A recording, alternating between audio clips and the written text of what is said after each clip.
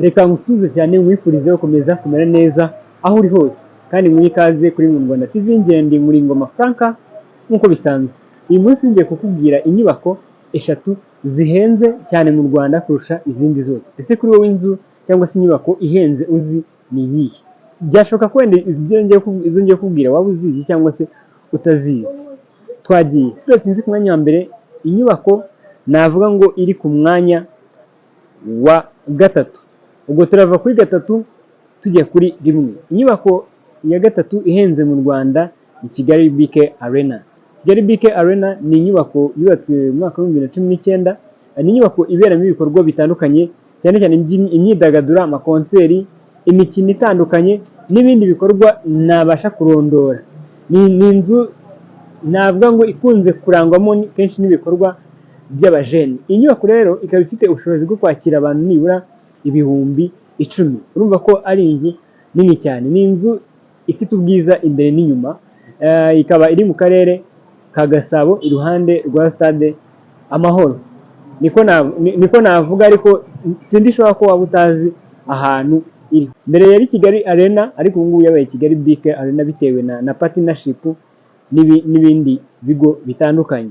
So rero iyi nyubako impamvu navuga ko ihenze cyane ni uko yubatswe n'amafaranga angana na miliyoni 104 z'amadolari y'Amerika, cyangwa se ubwo ni miliyari 100 z'amafaranga y'u Rwanda. Ibi rero bikaba bishyira ku mwanya wa gatatu w'inyubako zubatswe n'amafaranga menshi kurusha izindi. Ku mwanya wa kabiri haza inyubako n'ubundi iri iruhande rwayo, ubwo ni Amahoro Stadium. Amahoro Stadium ni stade mpuzamahanga y'u Rwanda, ni nayo stade ya mbere mu Rwanda ikomeye mu buryo bwose, bwaba ubwiza, bwaba ubushobozi bwo kwakira abantu benshi, ndetse no mu bindi bintu ibyo ari byose bitandukanye. Niyo stade navuga ngo iri ku isonga, kuko iri ku rwego rwa FIFA, yabasha kwakira imikino mpuzamahanga uko yaba imeze kose. Rero iyi nyubako ikaba ifite iyi stade ikaba ifite ubushobozi bwo kwakira 45,000. Nyuma aho yavugururiwe ngo yakira 45,000, rero ikaba yarubatswe n'akayabo k'amafaranga angana na miliyari 165 z'amanyarwanda. Ubwo ni miliyoni 165 z'amadolari. Urumva ko iyi nyubako navuga ko ari inyubako igize irenze. Ni inyubako cyangwa se stade y'igitangaza. Ariko inyubako bwa mbere yubatswe mu mwaka wa 1986. Mutabyibeshyaho, icyo gihe ntabwo yari iri ku rwego nk'urwiriho uyu munsi.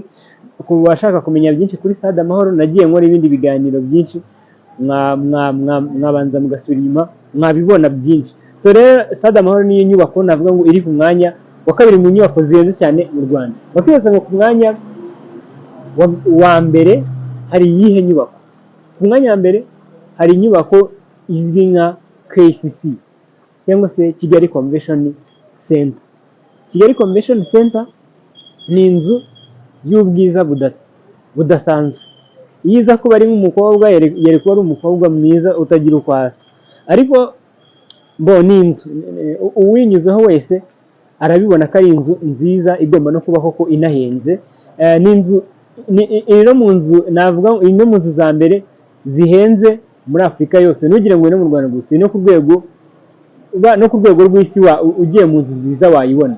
So rero KCC cyangwa se Kigali Convention Center yubatswe kuva mu mwaka wa 2009 isozwa mu mwaka wa 2016. Urumva ko yatwaye imyaka igera kuri 7 irimo irubakwa. Kigali Convention Center yubatswe n'akayabo k'amafaranga angana na miliyari 300 z'amanyarwanda, cyangwa se miliyoni zirenga 300 z'amadolari. Rero iyi nyubako ya Kigali Convention Center nashaka ko batayiziho ibintu byinshi. Ni inyubako iberamo ibintu byinshi, kuko ifite hoteli ya Radisson Blu, iberamo ama conference, iberamo ama event atandukanye, ibamo ama restaurant, habamo ama business conference cyangwa se business meetings. Ni inyubako rero iberamo ibikorwa bitandukanye byinshi cyane. Ikaba n'inyubako ifite parikingi itangaje nini cyane. So rero ni izo nyubako eshatu zihenze mu Rwanda. Ese wowe watekerezaga iyihe? Rero mukomeze gukurikirana mu Rwanda TV, muzajya mubona amakuru y'iterambere ry'igihugu byaguha n'igitekerezo idea ushobora nawe kuba wakapurika ukaba wakiteza imbere, kuko iyo umuntu arimo akubwira amahirwe cyangwa se iterambere ry'igihugu, umenya ahantu igihugu kirimo kirashora amafaranga n'aho kidashaka. Rero njye nari Ngoma Frank, musigarane amahoro y'Imana.